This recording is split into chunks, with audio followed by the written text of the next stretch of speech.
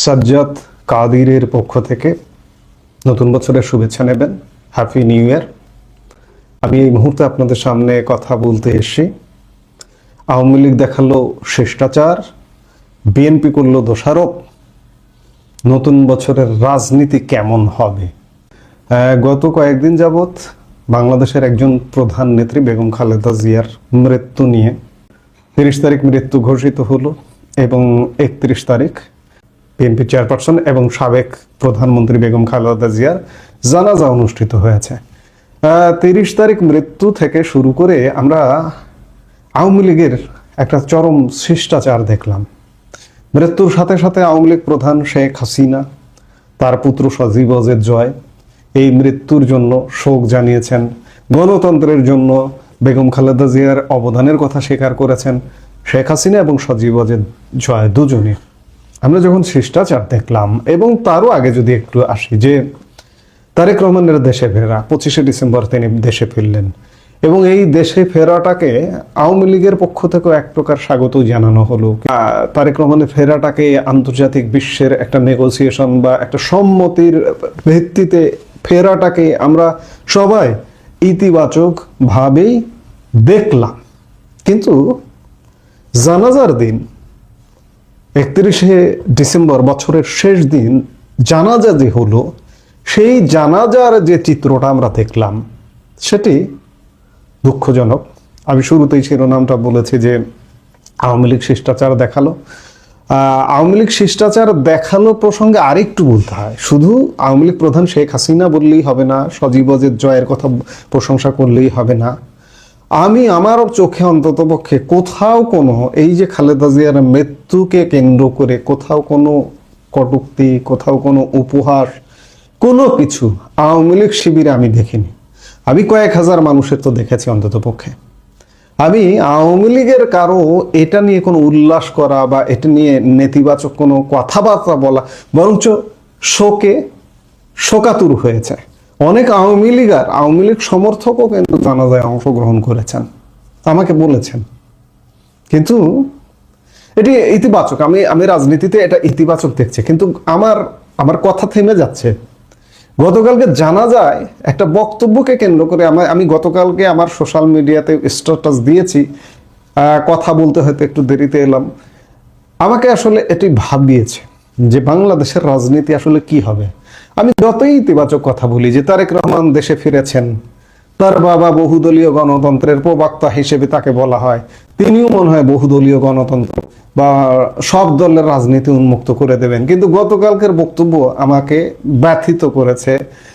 গতকাল তারেক রহমান একজন মাতৃহারা বা স্বজন হারানো সন্তানের পক্ষ থেকে যে দুটো কথা বলতে হয় যে আমার মার ব্যবহারে যদি কেউ কষ্ট পেয়ে থাকেন ক্ষমা সুন্দর দৃষ্টিতে দেখবেন, কিংবা আমার মার কাছে যদি কেউ আমার মা কারো কাছে ঋণ করে থাকে তাহলে আমাকে জানাবেন, আমি ঋণ শোধ করবো।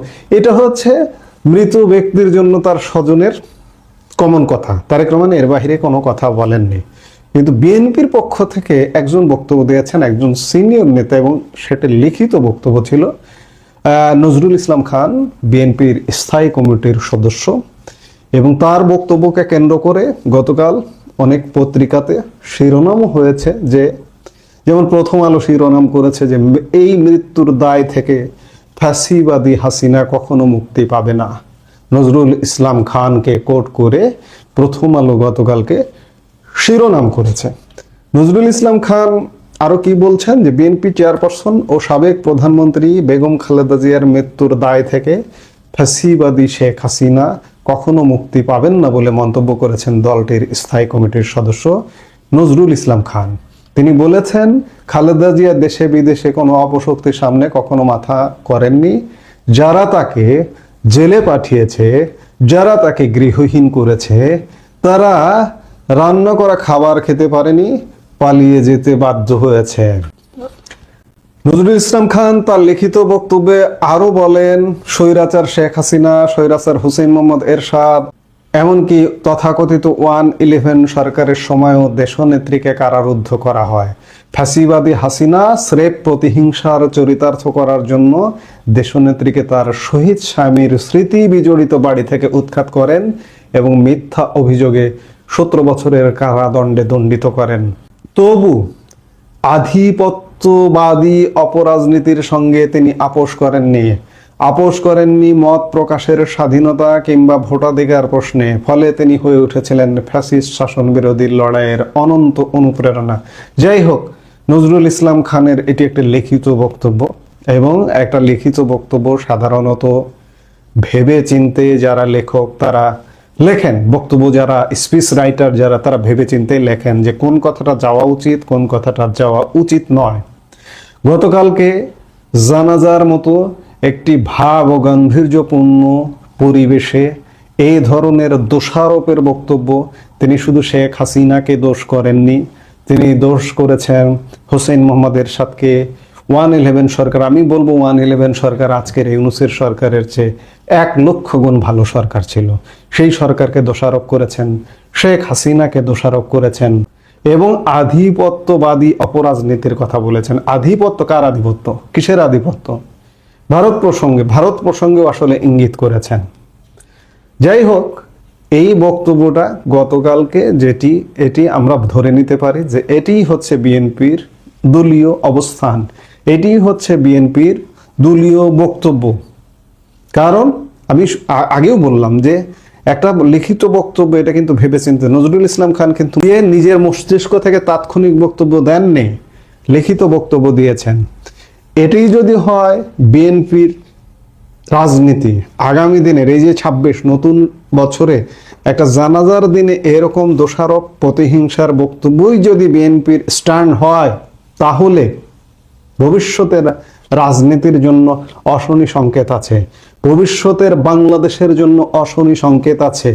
বিএনপি যদি ভারতের সম্মতিতে বাংলাদেশে এলেন, এমনকি জানাজাতে পর্যন্ত ভারত উপস্থিত হয়েছে, ভারতের প্রভাবশালী একজন ব্যক্তিত্ব এস জয়শঙ্কর বিদেশমন্ত্রী এসেছিলেন, যিনি হুটহাট কোনো জায়গায় যান না, একটা বিবৃতি দিয়ে খারিজ করে দেন, যারা ভারতের শীর্ষ 5 ব্যক্তির একজন।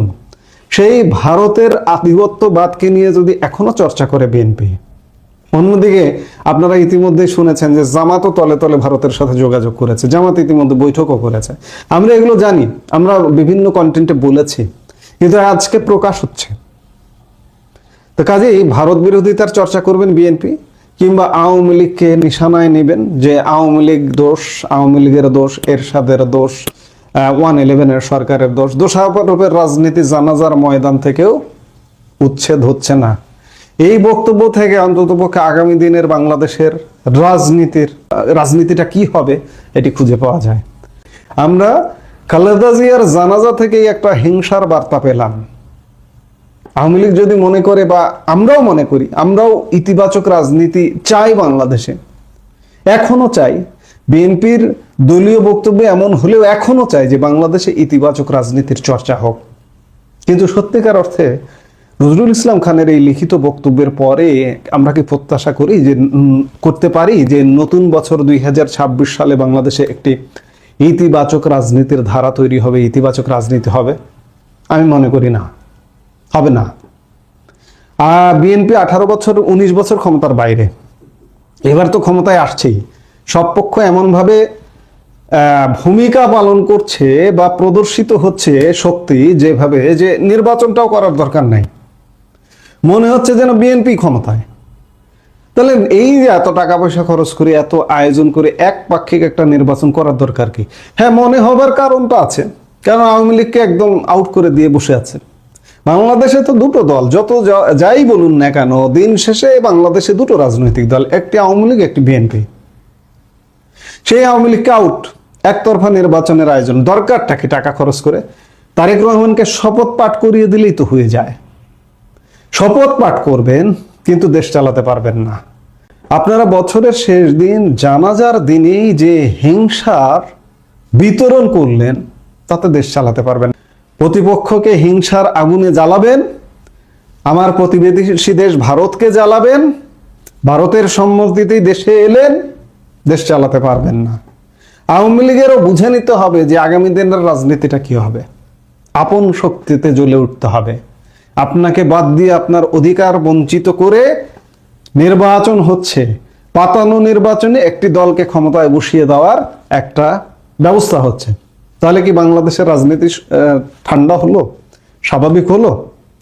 বাংলাদেশে হবে না। আমরা আর আশা করতে পারি না আসলে। বাংলাদেশে কোনোভাবেই বাংলাদেশের রাজনীতি থেকে আশাবাদী হওয়ার মতো কিছু নেই। এখন যেটি কথা সেটি হচ্ছে আওয়ামী লীগের জন্য এটি নিঃসন্দেহে একটি বার্তা, মেসেজ নজরুল ইসলাম খানের লিখিত বক্তব্য, যে আওয়ামী লীগ আপনাদের নিজেদের পথ দেখতে হবে, আপনাদের নিজেদের সংগঠিত হতে হবে, এই অন্যায়কে প্রতিরোধ করতে হবে। এবার নির্বাচন ঠেকিয়ে দিতে হয়তো পারবেন না, কারণ সাংগঠনিক শক্তি এখন পর্যন্ত আমরা দেখতে পাইনি, কিন্তু আগামী দিনে বাংলাদেশকে বাঁচাতে হলে আপনাদের সংগঠিত হতে হবে। এছাড়া বিকল্প কোনো উপায় নেই। 2026-এর রাজনীতি কেমন হবে গতকাল বক্তব্যই বলে দিচ্ছে যে রাজনীতিটা কেমন হবে। এই মুহূর্তে এ পর্যন্তই। সবাই ভালো থাকুন, সুস্থ থাকুন।